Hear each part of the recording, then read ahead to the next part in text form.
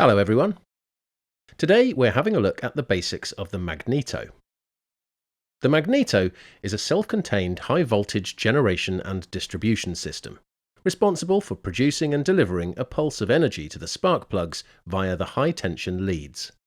At one end of the magneto, we see a protruding shaft, which is mechanically connected to and driven by the engine, which leads us to the first important point about the magneto. The magneto needs no external electrical supply or stimulus.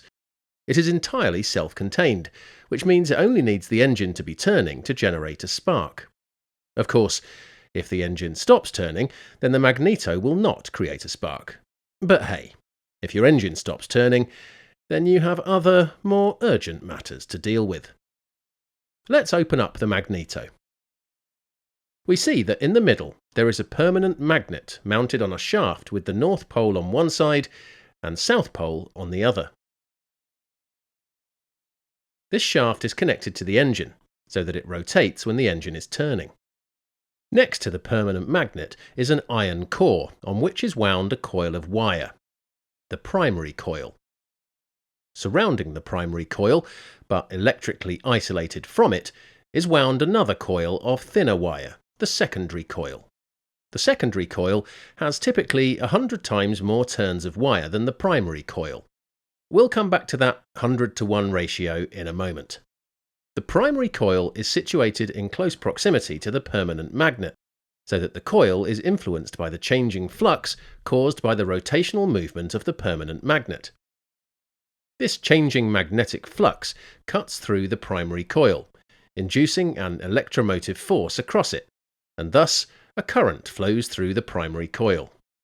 This electromotive force alternates as the permanent magnet rotates, and the north and then the south pole pass close to the coil. The resulting current flows in one direction during the first half turn of the rotating permanent magnet, and then it flows in the opposite direction. One side of the primary coil is connected to ground, and the other side is connected to a switch called the breaker points. Just after the magnetic field reaches its maximum, the breaker points open, and the magnetic field around the primary coil immediately collapses, inducing a voltage spike in the secondary coil. The magnitude of this high voltage spike is proportional to the ratio of primary to secondary coils, so it is 100 times higher than the voltage in the primary coil, typically around 20,000 volts. This voltage spike is then presented at the high voltage tab on the secondary coil and is fed to each spark plug in the correct sequence via the distributor and high tension leads. By the way, turning off the ignition connects the primary circuit to ground via a lead called the P lead. When grounded, any current caused to flow by the electromagnetic force resulting from the movement of the permanent magnet is grounded. No electromagnetic field, no field, no collapsing field, and therefore no spark. This leads to the second important point. Suppose the P lead becomes unintentionally disconnected from ground. In that case, the primary circuit will not be grounded, and if the propeller is turned manually, a spark may be created and delivered to a fuel-charged combustion chamber. If the fuel ignites, then the engine will start. Treat all propellers as live. That all works very well when the engine is running at, for example, 2,400 RPM, but how do we create a sufficiently strong spark to start the engine when it's being turned over by the battery-powered starter, or the propeller is being hand-swung? That's where the impulse coupling comes in.